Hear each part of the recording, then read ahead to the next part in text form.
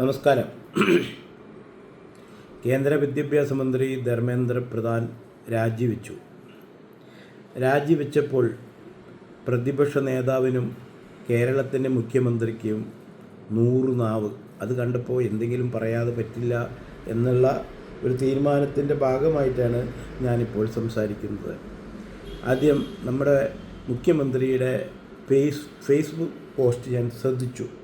അതായത് ആ പോസ്റ്റിൽ അദ്ദേഹം എഴുതിയ കുറച്ച് വാചകങ്ങൾ ഞാൻ വായിക്കാം. കേന്ദ്ര വിദ്യാഭ്യാസ മന്ത്രി ധർമ്മേന്ദ്ര പ്രധാൻ രാജി അനിവാര്യമായിരുന്നു. പിടിച്ചു നിൽക്കാൻ ഒരു വഴിയുമില്ലാതെ നിലയിലെത്തിയപ്പോഴാണ് വൈകിയെങ്കിലും രാജി ഉണ്ടായത്. പോരാട്ടവും ആത്മധൈര്യവും ഉയർത്തിയ ഇന്ത്യൻ യുവത്വത്തിന് ബിഗ് സല്യൂട്ട്. അങ്ങനെ വലിയ ഒരു ലെറ്ററാണ് അദ്ദേഹം ഫേസ്ബുക്കിൽ പോസ്റ്റ് ചെയ്തിരിക്കുന്നത്. അതിൽ ആ ലെറ്റർ വായിച്ചു കഴിഞ്ഞാൽ ഈ സമരം മുഴുവനായി നേതൃത്വം കൊടുത്തത് കോൺഗ്രസ് പാർട്ടിയിലെ യുവത്വമാണ്, അല്ലെങ്കിൽ കോൺഗ്രസ്സുകാരാണെന്ന് നമ്മൾ തെറ്റിദ്ധരിക്കും എന്ന രൂപത്തിലാണ് അദ്ദേഹം ഈ ലെറ്റർ ഇട്ടിരിക്കുന്നത്. എന്നാൽ ആ സമരത്തിന് നേതൃത്വം കൊടുത്ത ആ രാഷ്ട്രീയ കക്ഷിയുടെ അല്ലെങ്കിൽ ആ ഒരു മൂവ്മെൻറ്റിനെ, അതായത് കോക്രോച്ച് ജനതാ പാർട്ടിയെക്കുറിച്ച് ഒരക്ഷരം പോലും ആ എഴുത്തിൽ നമ്മുടെ ബഹുമാനപ്പെട്ട മുഖ്യമന്ത്രി പറയാൻ ശ്രമിച്ചിട്ടില്ല. ഇതിൻ്റെ പിതൃത്വം ഞങ്ങൾക്ക് കിട്ടിക്കോട്ടെ എന്ന സതുദ്ദേശത്തോടെ, അല്ലെങ്കിൽ എന്തുദ്ദേശത്തോടെയാണെന്ന് എനിക്കറിയില്ല, ഈ ലെറ്റർ ഇട്ടിട്ടുണ്ട്.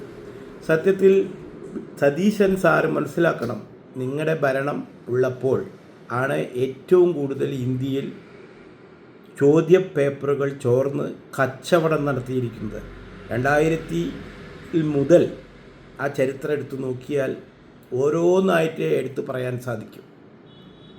അതിൻ്റെ ഒരു തുടർ കഥയായിരുന്നു ഈ പേടി. അതായത് ഇവിടെ ഒരു പേടി ഉണ്ടായിരുന്നു ഭരണത്തിനും, അല്ലെങ്കിൽ ഈവൻ കോടതിക്ക് വരെ ഈ BJP സർക്കാരിനോട്. കാരണം വളരെ ശക്തമായ നടപടികൾ ഓരോ കാര്യത്തിലും ഇപ്പോഴും എടുക്കുന്നുണ്ട്, എപ്പോഴും എടുക്കുന്നുണ്ട്. അപ്പോൾ കള്ളത്തരം ചെയ്യാൻ ഒരു പേടിയുണ്ടായിരുന്നു. അതാണ് ഈ 2014 മുതൽ 10 കൊല്ലം വലിയ പ്രശ്നമില്ലാതെ പോയി. ഇതിലൊന്നും വീണ്ടും ഇത് തലപൊക്കി. അപ്പോൾ ഈ തലപൊക്കാൻ കാരണം എന്താണ്? ഇപ്പോൾ നിങ്ങൾക്ക് 2 കൊല്ലമായിട്ടൊരു ഊർജം വന്നു, ഓർക്കുന്നുണ്ടല്ലോ. കാരണം നിങ്ങളുടെ പിന്നിൽ വലിയൊരു വിദേശ ശക്തികളുടെ കൈകൾ വന്നപ്പോൾ നിങ്ങൾക്ക് ആ ഊർജം കിട്ടിയപ്പോൾ ആ ഊർജത്തിൻ്റെ ഭാഗമായിട്ട് വീണ്ടും ഈ പരീക്ഷകളിലൊക്കെ വീണ്ടും കള്ളത്തരങ്ങൾ ഇപ്പോൾ ഈ 2 കൊല്ലം കൊണ്ട് വീണ്ടും തുടങ്ങി വെച്ചിട്ടുണ്ട്. അതാണിപ്പോൾ ഈ NDA സർക്കാർ ഫേസ് ചെയ്യുന്ന പ്രോബ്ലം. പക്ഷേ അത് വളരെ ശക്തമായിട്ട് തന്നെ NDA സർക്കാരും അല്ലെങ്കിൽ വിദ്യാഭ്യാസ മന്ത്രിയും അതിനെതിരെ പലതരം ആക്ഷൻസും എടുത്തിട്ടുണ്ട്. ഇപ്പോൾ ഈ നീറ്റ് പരീക്ഷയാണല്ലോ ഇപ്പോൾ ഈ അവസാനത്തെ വിഷയം. ഒരുപാട് വിഷയം നമുക്ക് പറയാനുണ്ട്. ഈ നീറ്റ് പരീക്ഷ മെയ് 3-ാം തീയതി പരീക്ഷ കഴിഞ്ഞു. അത് കഴിഞ്ഞിട്ട് അത് എന്നാണ് ആ പരീക്ഷ വേണ്ടാന്ന് വെച്ചത്? മെയ് 12-ാം തീയതി അത് വേണ്ടാന്ന് വെച്ചു. വീണ്ടും പുതിയ പരീക്ഷ പ്രഖ്യാപിച്ചു. അതെന്നാണ്? ജൂൺ 21-ന് പുതിയ പരീക്ഷ വെച്ചു. ജൂലൈ 16-ന് അതിൻ്റെ ഫലം പ്രഖ്യാപിച്ചു. ഇപ്പോൾ അതിൻ്റെ കൗൺസിലിങ്ങൊക്കെ തുടങ്ങി, അഡ്മിഷനും തുടങ്ങി. പക്ഷേ ഈ നീറ്റ് പരീക്ഷയുടെ ചോദ്യപേപ്പർ എവിടെയാണ് ചോർന്നത്? അത് നിങ്ങൾ മൂടി വച്ചിരിക്കുകയാണ്. നിങ്ങളുടെ മുന്നണി ഭരിക്കുന്ന ജാർഖണ്ഡിൽ ആണ് ഈ നീറ്റ് പരീക്ഷയുടെ പേപ്പർ ചോർന്നിരിക്കുന്നത്. അത് നിങ്ങൾ മനഃപൂർവ്വം പറയാതിരിക്കുകയാണ്. ജനം അറിയണം. ഇപ്പോൾ ഈ കോലാഹലങ്ങൾ ഉണ്ടാക്കിയിട്ടുള്ള ഈ നീറ്റ് പരീക്ഷയുടെ ചോദ്യപേപ്പർ മെയ് 3-ാം തീയതി നടന്ന പരീക്ഷ തുടർന്ന് ചോർച്ച കണ്ടത് ജാർഖണ്ഡിൽ നിന്നാണ് ചോർന്നിരിക്കുന്നത്. ഈ ജാർഖണ്ഡ് ആരാണ് ഭരിക്കുന്നത്? ഈ കോൺഗ്രസ്സുകാരൊക്കെ കൂടിയിട്ട് ഭരിക്കുന്ന സംസ്ഥാനമാണ്. ആ സംസ്ഥാനത്ത് നിന്നാണ് ചോർന്നിരിക്കുന്നത്. അതൊക്കെ കണ്ടെത്തി അവരൊക്കെ പിടിച്ചിട്ടുണ്ട്. അത് കഴിഞ്ഞ് പൂനെയിൽ നിന്ന് അതിൻ്റെ പ്രൊഫസേഴ്സിനെ പിടിച്ചിട്ടുണ്ട്. ആ പിടിച്ചവരെ നിങ്ങൾ പണ്ട് അന്വേഷിച്ച് കണ്ടെത്തിയിട്ട് വെറുതെ വിടണ മാതിരിയല്ല. അവരൊന്നും ഇനി പുറം ലോകം കാണില്ല. അത് യാതൊരു സംശയവും വേണ്ട. വളരെ ശക്തമായ ശരിക്കും ഭരണഘടനയിലൊരു പുതിയ നിയമം തന്നെ അത് ആലോചിക്കുകയാണ്. കാരണം അതിന് നിങ്ങൾ സമ്മതിക്കില്ലല്ലോ. ഭരണഘടനയിൽ എന്തെങ്കിലും കയറിയിട്ട് ഇപ്പോൾ പലതും BJP പാസ്സാക്കിയെടുക്കാൻ പോകുന്നത്. ഇപ്പോൾ ആൾറെഡി പാസ്സാക്കിയിട്ടുണ്ടല്ലോ. നിങ്ങളിലേക്ക് വായ അടപ്പിച്ചുകൊണ്ട് തന്നെയാണ് ആർട്ടിക്കിൾ 370 എടുത്തു കളഞ്ഞത്, മുത്തലാഖ് ബില്ല് കൊണ്ടുവന്നത്. അതൊക്കെ നിങ്ങളുടെ ഞെട്ടിച്ചുകൊണ്ടാണ്. ഇനിയും ഞെട്ടിച്ചുകൊണ്ടുള്ള പല തീരുമാനങ്ങൾ എടുക്കാൻ പോവുകയാണ്. അതുതന്നെയാണ് നിങ്ങളുടെ പ്രശ്നം. FCRA കണ്ടില്ലേ, അത് നടപ്പാക്കിയപ്പോഴാണ് ഇപ്പോൾ ഈ പിള്ളേരെ തന്നെ അത് അന്വേഷിക്കുന്നുണ്ട്. ഈ പിള്ളേർ മുഴുവൻ നീറ്റ് പരീക്ഷയുടെ പ്രശ്നമായിട്ട് വന്നതാണോ എന്നാണ് അവരവിടെ ഇരുത്താനൊരു കാരണം. കാരണം ഇത് കണ്ടെത്തണല്ലോ. കാരണം ഒരു നീറ്റ് പരീക്ഷയ്ക്ക് മാത്രം അവർ വന്നു. പക്ഷേ ഇതുപോലെ പലതരം വിദ്യാർത്ഥികളുടെ പരീക്ഷകളിൽ, അതായത് ഇതിന് മുന്നേ നമ്മുടെ മറ്റേ +2 വിദ്യാർത്ഥികളുടെ പരീക്ഷയിൽ പ്രശ്നം ഉണ്ടായിട്ടുണ്ട്. അങ്ങനെ ഒരുപാട് പരീക്ഷകളിലൊക്കെ തന്നെ ചോദ്യപേപ്പർ ചോർന്നിട്ടുണ്ട്. അന്നൊന്നും നിങ്ങൾ പ്രശ്നം ഉണ്ടാക്കാതെ ഇപ്പോൾ ഈ FCR ബില്ല് കൊണ്ടുവന്നതിന് ശേഷം, അതും മെയ് 3 കഴിഞ്ഞു, മെയ് 12 പരീക്ഷ റദ്ദാക്കി. അന്നൊന്നും നിങ്ങൾ സമരം ചെയ്തിട്ടില്ല. പിന്നെ നിങ്ങൾ സമരം ചെയ്യുന്നത് എന്നാണ്? ജൂലൈ 6 നിങ്ങൾ സമരം ചെയ്യാനായിട്ട് തീരുമാനിച്ച് വരുന്നത് ഈ ചോദ്യപേപ്പറുമായിട്ടുള്ള വിഷയത്തിൽ. അപ്പോൾ നിങ്ങളുടെ പിന്നിൽ അറിയില്ല, എപ്പോഴും അത് അന്വേഷണത്തിൻ്റെ ഭാഗമായി പോകുന്നുണ്ട്, കണ്ടെത്തുക തന്നെ ചെയ്യും. കാരണം അവിടെ എത്ര നീറ്റ് പരീക്ഷ എഴുതിയ വിദ്യാർത്ഥികളുണ്ടായിരുന്നു ആ സമരത്തിൽ? എൻ്റെ ലിസ്റ്റ് നിങ്ങൾക്ക് തരാൻ പറ്റും. ഇതൊക്കെ വീഡിയോയും അതിൻ്റെ എല്ലാ പ്രിൻ്റുകളും ഒക്കെ കറക്റ്റായിട്ട് അന്വേഷണ കമ്മീഷനുണ്ട്, രഹസ്യമായിട്ട് അത് അന്വേഷിച്ചു കൊണ്ടിരിക്കുകയാണ്. അവിടെ പരീക്ഷ എഴുതുന്നത് മൊത്തമുള്ളതിൽ 10% പോലും പരീക്ഷയിൽ പങ്കെടുത്തവരല്ല. 90% അവിടെ പ്രശ്നമുണ്ടാക്കാൻ വേണ്ടി അവിടെ കയറിക്കൂടിയവരാണ്. അവരാണ് ഈ പ്രശ്നങ്ങൾ മുഴുവൻ ഉണ്ടാക്കിയത്. ഈ ഒരു സമരത്തിന് വേണമെങ്കിൽ ഒരു 100 കോടി രൂപ ചിലവുണ്ട് അവിടെ. ഈ പൈസ ആരിറക്കി? ഇതൊക്കെ കണ്ടെത്തും, ഒരു സംശയവും വേണ്ട.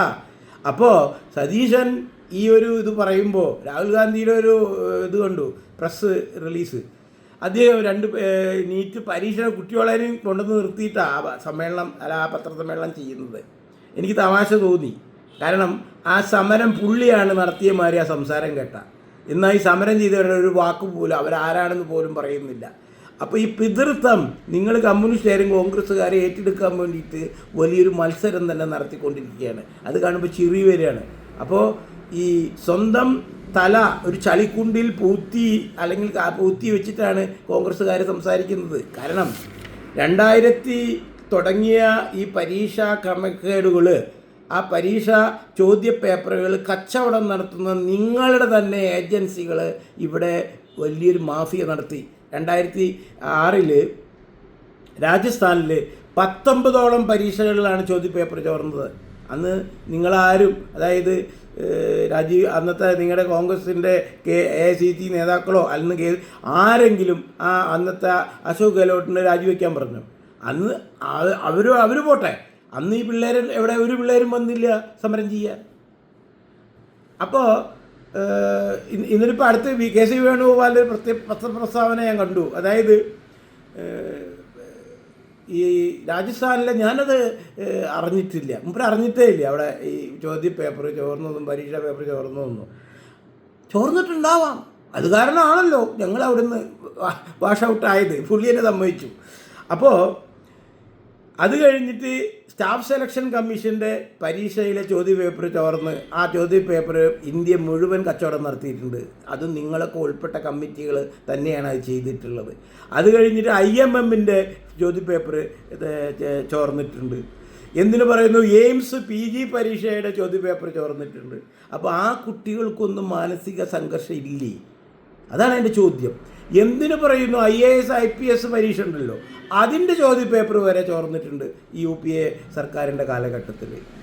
ചുരുക്കം പറയുകയാണെങ്കിൽ വലിയൊരു കഥ തന്നെ ഇതിൻ്റെ ബാക്കിലുണ്ട്. ചോദ്യപേപ്പർ ചോർച്ച. അന്നും ആത്മഹത്യകൾ നടന്നിട്ടുണ്ട്. കാരണം എപ്പോൾ പരീക്ഷയുടെ പേപ്പർ ചോർന്നാലും ഈ നന്നായിട്ട് യാതൊരു തട്ടിപ്പില്ല ടെൻഷൻ അടിച്ച കുട്ടികൾക്ക് അത് ടെൻഷൻ തന്നെയാണ്. എന്ന് പരീക്ഷ പേപ്പർ ചോർന്നാലും ഒരു പരീക്ഷ കഴിഞ്ഞിട്ട് വീണ്ടും ആ പരീക്ഷ വരുന്നു പറഞ്ഞാൽ ചില കുട്ടികളുടെ മാനസികാവസ്ഥ അത് കൺട്രോൾ ചെയ്യാൻ പറ്റില്ല. അത് കൺട്രോൾ ചെയ്യാൻ പറ്റാത്ത കുട്ടികളാണ് ഈ ആത്മഹത്യയിലേക്കും മറ്റും പോകുന്നത്. എന്തിനു പറയുന്നു? നീറ്റ് പരീക്ഷയിൽ അഡ്മിഷൻ കിട്ടി MBBSന് ചേർന്ന് എത്ര കുട്ടികൾ ഇവിടെ മരിക്കുന്നുണ്ട്, ആത്മഹത്യ ചെയ്യുന്നുണ്ട്? അതിനെക്കുറിച്ചിട്ട് ആരെങ്കിലും വ്യാകുലപ്പെടുന്നുണ്ടോ? ദുഃഖം രേഖപ്പെടുത്തുന്നുണ്ടോ? എന്തുകൊണ്ടാണ് അവർ ആത്മഹത്യ ചെയ്യുന്നത്? ആരും അതിനെക്കുറിച്ചിട്ട് ഇവിടുത്തെ സർക്കാരുകൾ എന്തെങ്കിലും അതിനെക്കുറിച്ച് പഠനം നടത്താൻ തയ്യാറായിട്ടുണ്ടോ? ഇപ്പം ഈ കഴിഞ്ഞ സതീശൻ മുഖ്യമന്ത്രിയോട് എനിക്ക് പറയാനുള്ളത്, ഇപ്പോൾ ഈ നീറ്റ് പരീക്ഷയുടെ റിസൾട്ട് ജൂലൈ 12 വന്നപ്പോൾ അതിൻ്റെ പിറ്റേ ദിവസം ചാലക്കുടി പുഴയിലേക്ക് ഒരു പരീക്ഷാർത്ഥി ചാടി ആത്മഹത്യ ചെയ്യാൻ നോക്കി. അത് അറിയാതെയൊന്നുമല്ല, നിങ്ങൾ അറിഞ്ഞില്ല എന്ന് നടിക്കുകയാണ്. ആ പേരാണ് നിങ്ങളുടെ കുഴപ്പം. ആ പേര് വേറെ പേരായിരുന്നു വെച്ചെങ്കിൽ തീർച്ചയായും നിങ്ങൾ ആ സംഭവത്തിൽ ഇടപെടുന്നുള്ളതിന് യാതൊരു സംശയമുണ്ട്. ഇപ്പോഴും നിങ്ങൾ മുണ്ടുന്നില്ല. പക്ഷേ ഇവിടെ പല ചാനലുകളും അതൊക്കെ ഒപ്പിയെടുത്ത് ഇവിടെ കാണിക്കുകയുണ്ടായി. എന്തായിരുന്നു പ്രശ്നം? ചാലക്കുടി പുഴയിലേക്ക് ഒരു വിദ്യാർത്ഥി എടുത്ത് ചാടുന്നത് ആൾക്കാർ കണ്ട് ഓടി വന്ന് നോക്കി. ആ കുട്ടി അതിൽ ചാടുന്നു. ആൾക്കാരിങ്ങനെ ഒരു 10-15 ആൾക്കാർ അപ്പം തന്നെ പാലത്തിൻ്റെ മുകളിൽ നിന്ന് നോക്കുന്നുണ്ട്. ആ സമയത്ത് ഒരു ബസ് അതിലേ വരുന്നു. ആ ബസ്സിലുള്ള ഡ്രൈവർ ആ ബസ് അവിടെ സ്ലോ ചെയ്ത് ചോദിക്കുന്നു, എന്താ പ്രശ്നം? അപ്പോൾ പറയുന്നത് ഒരു കുട്ടി അങ്ങോട്ട് ചാടിയുണ്ട്. അപ്പോൾ ഈ ഡ്രൈവർക്ക് വിഷമം തോന്നി. ഡ്രൈവർ കണ്ടക്ടറോട് പറഞ്ഞു, ഞാൻ നോക്കട്ടെ പറഞ്ഞ് വണ്ടി ഓഫാക്കാതെ ആ ബസ്സിൽ നിന്ന് അവിടെ ഇറങ്ങി നോക്കുമ്പോൾ ഈ ആൾക്കാർ പറയും, അതാ മുങ്ങിപ്പൊങ്ങണു. അപ്പോൾ ഇയാളിത് കണ്ടപ്പോൾ അയാൾക്ക് വിഷമം തോന്നി. അയാൾ എടുത്ത് പുഴയിലേക്ക് ചാടി ആ കുട്ടിയുടെ അടുത്ത് ചെന്ന് ആ കുട്ടിയുടെ മുടിയിൽ പിടിച്ചുകൊണ്ട് തുഴയാൻ പറഞ്ഞാൽ അത്ര എളുപ്പമുള്ള കാര്യമൊന്നുമല്ല. അയാൾ തുഴഞ്ഞ്, കാരണം ഫുൾ പുഴയാണ് മഴ പെയ്തിട്ട്. ആ പുഴ ഏതാണ്ട് മിഡിലാണ് സംഭവം. അവിടുന്ന് തുഴഞ്ഞ് കരയിലേക്ക് പോയി വേഗം ഹോസ്പിറ്റലൈസ് ചെയ്തു. കുട്ടി രക്ഷപ്പെട്ടു. അപ്പോൾ സ്വന്തം ജീവനെ വരെ ഇതിൽ ജീവൻ പോകുന്ന അയാൾക്കറിയാം. അതൊന്നും അയാൾ ചിന്തിച്ചില്ല. അത്ര വരെ അതിസാഹസികമായിട്ട് ആ കുട്ടിയെ രക്ഷപ്പെടുത്തിയ ആ ഒരു ഡ്രൈവറെ തന്നെ ഇവിടെ ഈ സർക്കാർ ഒന്ന് വിളിച്ചിട്ട് അത് ഒരു ദേശത്തിനും ഈ രാജ്യത്തിനും ഒക്കെ ജനങ്ങൾക്കൊക്കെ ഒരു മാതൃകയല്ലേ? ഒരു ആശംസ ഒക്കെ കൊടുക്കണ്ടേ? എവിടെ പോയി ഇവിടുത്തെ പ്രചോദനം കൊടുക്കുന്ന മന്ത്രിമാരും മറ്റുമൊക്കെ? ഒരാൾ ഇതുവരെ മുണ്ടിയിട്ടില്ല. ഞാൻ മനസ്സിലാക്കുന്നത് ഈ ഡ്രൈവറുടെ പേരാണ്. ഈ ഡ്രൈവറുടെ പേര് വേറെ വല്ല പേരും ആയിരുന്നെങ്കിൽ ചിലപ്പോൾ വലിയ തോതിലുള്ള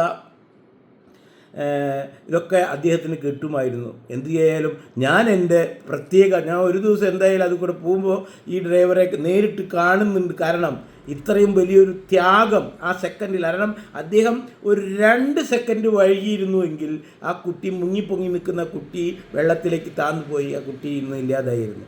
പക്ഷേ അദ്ദേഹം കൃത്യസമയത്ത് അത് ചാടി ആ കുട്ടിയെ രക്ഷിച്ചു. നമുക്കറിയാലോ, വെള്ളത്തിലേക്ക് താന്നു പോയി കഴിഞ്ഞാൽ പിന്നെ 2 സെക്കൻഡ് കൊണ്ട് ജീവൻ പോയി കിട്ടും. ഇതാണ് എല്ലാവർക്കും അറിയണ കാര്യം. അതിപ്പോൾ ഫയർഫോഴ്സ് ഡിപ്പാർട്ട്മെൻറ്റിനോട് ചോദിച്ചാൽ അറിയാൻ പറ്റും. അപ്പോൾ ഇത്രയും അതിസാഹസമായൊരു കുട്ടിയുടെ ജീവൻ രക്ഷിച്ച ഒരാളെ തന്നെ പ്രോത്സാഹിപ്പിക്കുന്ന വിധത്തിൽ ഈ സമൂഹത്തിനൊരു മെസ്സേജ് കൊടുക്കുന്ന തരത്തിൽ ഇവിടുത്തെ ഭരണാധികാരികൾ തയ്യാറാവുന്നില്ല. അതാണ് ഏറ്റവും വലിയ ഈ സമൂഹത്തിലെ ദുഷിപ്പ് എന്ന് പറയില്ലേ, ഇതാണ്. അല്ലാതെ സ്വന്തം പാർട്ടി ഭരിക്കുമ്പോൾ എത്രയോ തവണ ചോദ്യപേപ്പർ ഇവിടെ ചോർന്നിട്ട് ഒരു അന്വേഷണവുമില്ല, കച്ചവടം ചെയ്തിട്ട് ഈ പാർട്ടി ആൾക്കാർ തന്നെ ഇടപെട്ടുകൊണ്ട് ചോദ്യപേപ്പർ കച്ചവടം ചെയ്ത് കാശുണ്ടാക്കിയിട്ട് അന്നൊന്നും ഇവിടെ ഒരു വിദ്യാർത്ഥികളും സമരം ചെയ്യാൻ വന്നില്ല. ഇപ്പോൾ ഒരു പുറമേ നിന്നുള്ള പ്രചോദനമായി ഉണ്ടായ ഒരു പാർട്ടി, കോക്രോച്ച് ജനതാ പാർട്ടി, അവരിവിടെ വന്ന് സമരം ചെയ്യുന്നു. അവരുടെ സമരം ശരിയാണ്, അതായത് ആക്ഷനൊക്കെ എടുക്കുന്നുണ്ട്. ഇത് സമരം ചെയ്തിട്ടൊന്നുമല്ല ജാർഖണ്ഡിൽ ഈ പരീക്ഷാ പേപ്പർ ചോർന്നത് കണ്ടെത്തിയത്. ഇതൊക്കെ സർക്കാർ സംവിധാനം തന്നെയാണ് കണ്ടെത്തിയത്. അതിൽ കുറേ ആൾക്കാരെ പിടിച്ചിപ്പോൾ ജയിലിലിട്ടുണ്ട്. ഇനി അവർക്ക് കിട്ടുന്ന ശിക്ഷയൊന്നും നിങ്ങൾ ഞെട്ടുന്ന തരത്തിലായിരിക്കും. ഇവിടുത്തെ എന്താ പറയില്ലേ, നമ്മുടെ ഭരണഘടനയാണ് ഇവിടുത്തെ കുഴപ്പം. അതിൽ ഒരുപാട് നിയമങ്ങൾ മാറ്റണം. ഇത്തരം കുറ്റം ചെയ്തവരെ കണ്ടാൽ പരസ്യമായി മറ്റുള്ള രാജ്യങ്ങളിൽ കാണിക്കുന്നവർ പരസ്യമായിട്ട് വെടിവെച്ച് കൊല്ലണം. 2 ആളെ വെടിവെച്ച് കൊന്നാൽ മതി. ഇവിടുത്തെ ഇത്തരത്തിലുള്ള കുറ്റങ്ങളും കൈക്കൂലിയും ഒക്കെ നിൽക്കും. ഇവിടുത്തെ ബലാത്സംഗം നിൽക്കും, പീഡനം നിൽക്കും. തെറ്റ് ചെയ്തവരെ പരസ്യമായി വെടിവെച്ച് കൊല്ലുക, അത് നെക്സ്റ്റ് ഡേ തന്നെ നടപ്പാക്കുക, ജനങ്ങളെ കാണിച്ച് നടപ്പാക്കുക. അങ്ങനെ ഒരു 4 കേസാ ചെയ്താൽ ഇവിടെ ഒരു കുറ്റം ഒരു വീണ്ടും ഉണ്ടാവാൻ പോകുന്നില്ല, ഒരു സംശയവും വേണ്ട. അപ്പോൾ ഇതൊക്കെ ചെയ്തുകൊണ്ടിരിക്കുമ്പോൾ പരീക്ഷ റദ്ദാക്കി പുതിയ പരീക്ഷ നടത്തി അതിൻ്റെ റിസൾട്ട് വന്നതിന് ശേഷം ഈ സമരമായിട്ട് ഒരു സംഘടന വരുന്നു. ആ സംഘടനയുടെ സമരം ആരും ശ്രദ്ധിച്ചില്ല, തുടക്കത്തിൽ നിന്ന് ഒരാളും ശ്രദ്ധിച്ചില്ല. ആ സമരത്തിൽ വളരെ കുറച്ച് ആൾക്കാരേ ഉള്ളൂ. അതങ്ങനെ മുന്നോട്ട് പോകുമ്പോൾ പെട്ടെന്ന് ഈ സമരം അങ്ങോട്ട് തിരിച്ചുവിടുന്ന തരത്തിൽ വലിയൊരു സംഭവമായിട്ട് മാറുന്നു.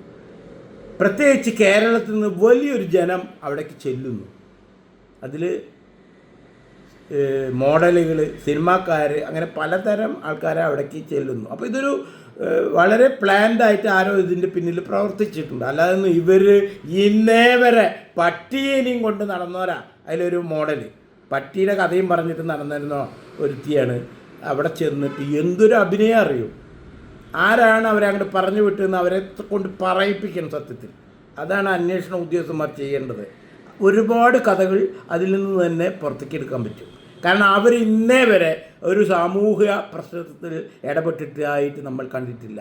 ഒരുപാട് പ്രശ്നങ്ങൾ നമ്മുടെ കേരളത്തിൽ തന്നെ ഇപ്പോഴും പണ്ടും ഉണ്ടായിട്ടുണ്ട്. ഇപ്പോൾ കഴിഞ്ഞ ഈ പിണറായി സർക്കാരിൻ്റെ സമയത്ത് എന്തൊക്കെ വലിയ സങ്കടകരമായ സീനുകളാണ് നമ്മൾ കണ്ടത്.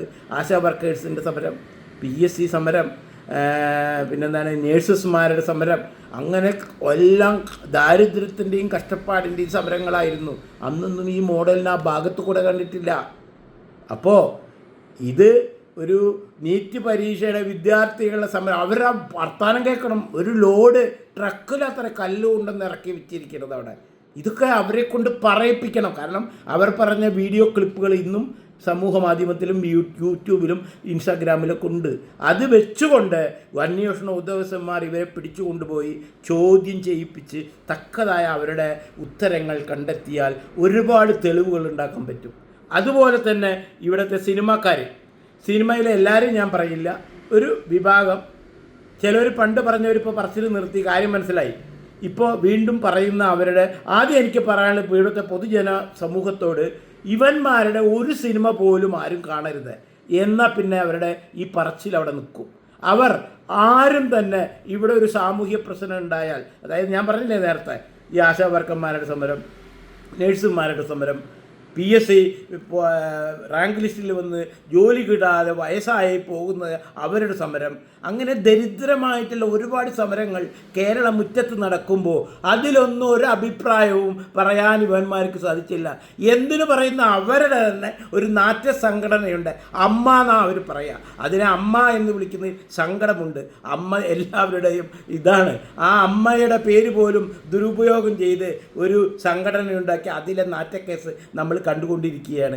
അവർ തന്നെ അവരുടെ പല്ലിൻ്റെ ഇടയിൽ എച്ചിൽ കുത്തിയിട്ട് എല്ലാവരും ലോകം മുഴുവൻ മണക്കാൻ അവർ തന്നെ കൊടുക്കുന്നുണ്ട്. അവർ ആ മണം അടിച്ച് നാറിയിരിക്കുമ്പോഴാണ് ഇപ്പോൾ ഈ നീറ്റ് പരീക്ഷയിൽ വന്നിട്ട് വീണ്ടും നാണം കെടുന്നത്. അവരുടെ ഒരു സഹോദരിയെ പകൽ സമയത്ത് പബ്ലിക്കായിട്ട് കൂട്ടബലാത്സംഗം ചെയ്ത് വീഡിയോ പിടിച്ചിട്ട് അവർ തന്നെ അങ്ങോട്ടും ഇങ്ങോട്ടും മൊബൈലിൽ കണ്ടുകൊണ്ടിരുന്ന ഈ കേമന്മാരാണ് ആദ്യം പോലീസിൽ പോയിട്ട് സത്യം പറഞ്ഞ് കോടതിയിൽ പോയപ്പോൾ നുണ പറഞ്ഞ് ആ കേസ് പൊളിച്ചു കളഞ്ഞവരാണ് ഇവരെല്ലാവരും. ഈ പറഞ്ഞ ഓരോ വ്യക്തികളും ആ കേസിൽ ഉൾപ്പെട്ട ആൾക്കാരായിരുന്നു. കോടതിയിൽ മൊഴി മാറ്റി പറഞ്ഞവരാണ്. അവരാണ് ഇന്ന് നീറ്റ് പരീക്ഷയിൽ ഭയങ്കര സങ്കടം. എന്നാൽ ആ സമരത്തിൽ ആ സമരം എടുത്തവരെ കുറിച്ചിട്ട് അവരോ അല്ലെങ്കിൽ രാഷ്ട്രീയക്കാരനായ കോൺഗ്രസ്സുകാരനോ കമ്മ്യൂണിസ്റ്റുകാരനോ അതിൻ്റെ പിതൃത്വം എടുക്കാൻ നോക്കുക എന്നല്ലാതെ ഈ സമരം ഇന്ന ആൾക്കാരാണ് ചെയ്തത്, അവർക്ക് ഞങ്ങളുടെ അഭിവാദ്യങ്ങൾ, ഞങ്ങളുടെ അതൊന്നും അവർ പറയാൻ തയ്യാറല്ല. അപ്പോഴും അതിൻ്റെ ക്രെഡിറ്റ് പിടിച്ചെടുക്കാൻ നോക്കുക. അപ്പോൾ ഇന്ത്യയിൽ എക്കാലത്തും പ്രത്യേകിച്ച് UPA സർക്കാരിൻ്റെ സമയത്താണ് ഏറ്റവും കൂടുതൽ പരീക്ഷാ പേപ്പറുകൾ ചോർന്നിട്ടുള്ളത്, പരീക്ഷാ പേപ്പറുകൾ കച്ചവടം ചെയ്തിട്ടുള്ളത്. അന്നൊന്നുമില്ലാത്ത സങ്കടം ഇന്ന് ഈ നീറ്റ് പരീക്ഷയിൽ ഉണ്ടായി. അതും നീറ്റ് പരീക്ഷ ചോർച്ച ഇപ്രാവശ്യം അറിഞ്ഞ അവിടെ ആരറിഞ്ഞു? ഈ അന്വേഷണ ഉദ്യോഗസ്ഥർ തന്നെ അറിഞ്ഞ് റദ്ദാക്കി പുതിയ പരീക്ഷ നടത്തി അതിൻ്റെ റിസൾട്ട് വന്നു. ഇപ്പോഴത്തെ കൗൺസിലിംഗിൽ നിന്ന് അഡ്മിഷൻ നടക്കുന്നു. ആർക്കും ഒരു കംപ്ലൈൻ്റ് ഇല്ല. പക്ഷേ ഇവിടെ പ്രശ്നമുണ്ടാക്കിയിട്ട് അവിടെ അവർ പറയുന്നത് ഞങ്ങളല്ല ചെയ്തു. പിന്നെ ആര് ചെയ്തു? അവിടുത്തെ പോലീസ് വാഹനങ്ങൾ, മിലിറ്ററി വാഹനം അടിച്ച് പൊളിക്കുക, അതിൻ്റെയൊക്കെ വീഡിയോ ഉണ്ട്. ഇതൊന്നും വെറുതെ വിടുമൊന്നുമില്ല. അതങ്ങനെ എന്താണ് ഒത്തുതീർപ്പിൽ അതൊക്കെ തള്ളിപ്പോകുന്ന, അതൊന്നും തള്ളിപ്പോവില്ല. അതൊന്നും നിങ്ങൾ പേടിക്കണ്ട. നീറ്റ് പരീക്ഷയായിട്ട് ബന്ധപ്പെട്ട ആരെങ്കിലും ഉണ്ടെങ്കിൽ ചിലപ്പോൾ അത് നിങ്ങളെ ഒത്തുതീർപ്പ് വ്യവസ്ഥയുടെ ഭാഗമായിട്ട് അത് തള്ളിക്കളയും. അല്ലാതെ ക്രിമിനലുകൾ അവിടെ വന്ന് ലഹള ഉണ്ടാക്കിയ സംഭവം ഒന്നും തള്ളിപ്പോവില്ല. ഒരു പേടിയും പേടിക്കണ്ട. എല്ലാവരും കറക്റ്റായിട്ട് അതിൽ വന്ന് ആരൊക്കെ ഉണ്ട്. കാരണം ഒരുത്തൻ്റെ പ്രസ്താവന ഞാൻ കണ്ടു, ഇത് ലോകാവസാനമാണ്, ഖുറാനാണ് എന്നൊക്കെ പറഞ്ഞിട്ട് ഒരു പ്രസംഗം ഞാൻ കണ്ടു. പിന്നെ മലപ്പുറത്ത് തിരിയിരുന്ന് ഒരു ഗ്യാങ്ങിൻ്റെ ചിത്രവും വീഡിയോ കണ്ടു. ഇപ്പോൾ സിനിമാ നടിയുടെ മോഡലിൻ്റെ കുറേ ക്ലിപ്പുകൾ ഇൻസ്റ്റാഗ്രാമിലൊക്കെ ഉണ്ട്. അത് തന്നെ അന്വേഷിച്ച് കഴിഞ്ഞാൽ ഒരുപാട് തെളിവുകൾ കിട്ടും. കാരണം അവർ പറയാം 10 ട്രക്കിലൊക്കെ കല്ല് കൊടുന്ന് നിർത്തിയെന്നോ എന്നൊക്കെ ഉള്ള പല പ്രസ്താവന അവർ ഇറക്കുന്നുണ്ട്. അപ്പോൾ ഇവരെന്തിനു പോയി? ഇന്നേ വരെ ഒരു ഇത്തരം പ്രശ്നങ്ങളിലും തല കാണിക്കാത്ത, സ്വന്തം മുറ്റത്ത് നടക്കുന്ന വളരെ ദയനീയമായ പ്രശ്നങ്ങളിൽ പോലും ആ ഭാഗത്ത് കൂടെ പോവാത്ത, ഒരു സ്വന്തം പൈസ കൊണ്ട് വിലസി ജീവിച്ച ആ മോഡൽ ഇതിന് പോയി ഇപ്പോൾ സങ്കടം പറഞ്ഞപ്പോൾ അവർ പറഞ്ഞ വാചകങ്ങൾ വെച്ചുകൊണ്ട് അന്വേഷണ ഉദ്യോഗസ്ഥന്മാർ അതിൽ ഇടപെട്ടണം, അവരെ ചോദ്യം ചെയ്യണം. കൂടുതൽ തെളിവുകൾ അതിൽ നിന്ന് തന്നെ കിട്ടും. കൂട്ടത്തിൽ ഈ സിനിമാക്കാരായി ഇപ്പോൾ വന്ന് പറഞ്ഞവരെയും ചോദ്യം ചെയ്യപ്പെടേണ്ടതാണ്. കാരണം സ്വന്തം സഹോദരി കൂട്ടബലാത്സംഗം ചെയ്തതിന് തള്ളിപ്പറഞ്ഞവരാണ്. അവരുടെ ഉള്ളിൽ തന്നെ അവരുടെ സഹോദരിമാർ കൊടുത്ത കംപ്ലൈൻറ്റിൻ്റെ ഭാഗമായിട്ട് കഴിഞ്ഞ സർക്കാർ ഒരു ഹേമ കമ്മിറ്റി റിപ്പോർട്ട് ഉണ്ടാക്കി വെച്ചിട്ടുണ്ട്. ആ റിപ്പോർട്ട് എങ്ങോട്ടും പോയിട്ടില്ല, അവിടെ തന്നെ ഇരിക്കുന്നുണ്ട്. അതും എല്ലാം കൂട്ടി വായിക്കണം. ഇതാണ് അതിനുള്ള പറ്റിയ സാഹചര്യം. കാരണം കള്ളന്മാർ ഈ സമൂഹത്തിൽ പാടില്ല. അതായത് മുഖം മൂടി അണിഞ്ഞ് നടക്കുന്നവർ ഈ സമൂഹത്തിൽ പാടില്ല. എനിക്ക് ജനങ്ങളോട് ഒന്നേ പറയാനുള്ളൂ, ഈ കപട മുഖം മൂടി ധരിച്ചിരിക്കുന്ന സിനിമ, ഈ പറയുന്നവർ അഭിനയിക്കുന്ന സിനിമ എല്ലാവരും ബഹിഷ്കരിക്കുന്ന ആ ഭാഗത്തേക്ക് ശ്രദ്ധിക്കരുത്. അത്രമാത്രമേ എനിക്ക് പറയാനുള്ളൂ.